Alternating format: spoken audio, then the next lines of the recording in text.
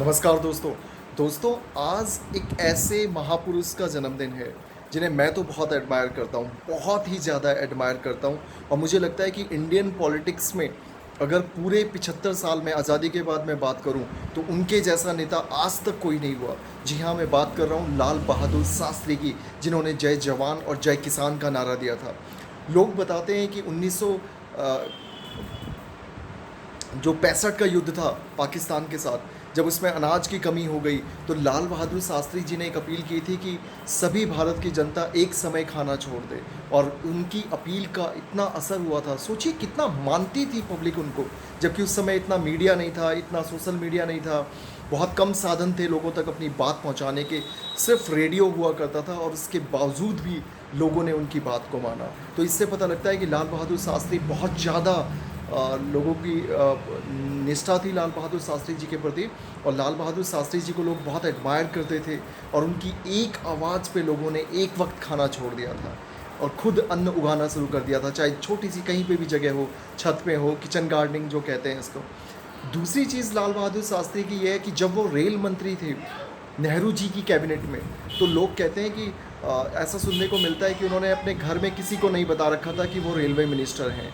यहाँ तक कि उनकी माँ को भी नहीं पता था, उन्होंने सिर्फ इतना बता रखा था कि वो रेलवे में नौकरी करते हैं। तो एक बार लाल बहादुर शास्त्री जी कहीं पर प्रेस कॉन्फ्रेंस कर रहे थे, प्रेस के लोग थे वहाँ पर, तो वहाँ उनकी माता जी आ गई। तो उन्होंने अफसरों से कहा कि वो मेरा बेटा है, रेलवे में जॉब करता है। तो लोगों को लगा कि यार ये क्या कह रही हैं, मतलब लाल बहादुर शास्त्री जी ने तो कभी बताया नहीं। तो उन्होंने उनसे पूछा कि लाल बहादुर शास्त्री जी को जाके कि सर, आपकी वो जो औरत है वो आपको बता रही है कि वो आपकी माँ है। तब लाल बहादुर शास्त्री जी कहा, हाँ मेरी माँ है, लेकिन मैंने उन्हें कभी नहीं बताया कि मैं रेलवे मिनिस्टर हूँ। और वो मैंने इसलिए नहीं बताया ताकि आ, अगर उनको पता लग जाएगा कि मैं रेलवे मंत्री हूँ तो वो काफ़ी लोगों की सिफारिशें लेके आएंगी और फिर मुझे उनकी बात माननी पड़ेगी। तो ये लेवल था लाल बहादुर शास्त्री जी की ईमानदारी का, बिल्कुल दिखावा नहीं, बिल्कुल शो ऑफ नहीं। यहाँ तक लोग कहते हैं कि उनके पास जब वो प्रधानमंत्री थे तो सिर्फ दो जोड़ी कपड़े थे, धोती और कुर्ता थे। और आज की राजनीति में देखता हूँ तो मुझे लगता है ये जितने भी छुटभैया नेता हैं साले, जो पैसों के दम पर आना चाहते हैं, उनके आप कुर्ते देखिए, एक सिलवट नहीं पड़ी होगी। फॉर्च्यूनर से, BMW से उतरेंगे, लेकिन नॉलेज एक पैसे की नहीं होगी। कुछ उन्हें पता नहीं होगा, ना उन्हें इतिहास के बारे में पता होगा, ना भूगोल के बारे में पता होगा, ना कानून के बारे में पता होगा। सिर्फ चमकानी है, और चमकानी कैसे है? सिर्फ चमचागिरी करके और बटरिंग करके। तो मैं उन सभी छुट भैये नुक्कड़ टाइप के नेताओं से बोलना चाहता हूँ कि आप लाल बहादुर शास्त्री जैसे महान व्यक्ति की आप बायोग्राफी पढ़िए, उनसे सीखिए कि एक व्यक्ति प्रधानमंत्री के पद पे होने के बावजूद भी उस व्यक्ति ने कभी अपने परिवार को ये नहीं बताया कि वो प्राइम मिनिस्टर हैं। जब वो रेलवे मिनिस्टर थे, उन्होंने अपने परिवार के किसी सदस्य को नहीं बताया कि रेलवे मिनिस्टर हैं। उन्होंने ज़िंदगी में कभी किसी की सिफारिश नहीं मानी। यहाँ तक कहा जाता है कि उनके दोनों लड़के सुनील शास्त्री और अनिल शास्त्री जब दिल्ली में स्कूल जाते थे तो वो रिक्शे में जाते थे। एक बार सुनील शास्त्री जी, जो उनके बड़े बच्चे हैं, उन्होंने बताया भी था एक इंटरव्यू में कि जब वो लड़ते थे कि पापा ये गाड़ी जब हमें मिली हुई है, तो उन्होंने एक जवाब दिया था लाल बहादुर शास्त्री ने कि बेटा ये गाड़ी जो है तुम्हारे बाप की पर्सनल गाड़ी नहीं है, ये प्रधानमंत्री की गाड़ी है, और जब मैं अपने ऑफिस के काम से जाता हूँ तभी ये यूज कर सकता हूँ, मैं अपने बच्चों को स्कूल भेजने के लिए इस गाड़ी का यूज़ नहीं कर सकता।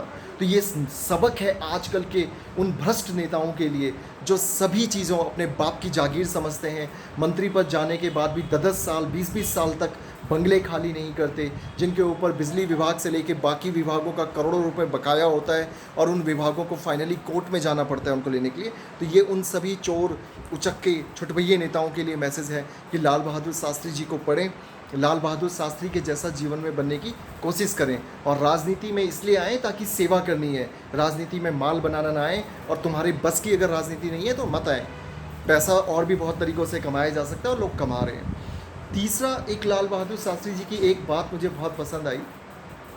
मैं दिल्ली में गया हुआ हूँ, मैं दिल्ली में उनके जो दिल्ली का उनका निवास है, जिसको अब लाल बहादुर शास्त्री मेमोरियल बना दिया गया है, संग्रहालय बना दिया गया है, मैं उसमें गया था। और मुझे हैरानी हो गई उस फिएट कार को देख के। जी हाँ, उस समय फिएट कार चलती थी।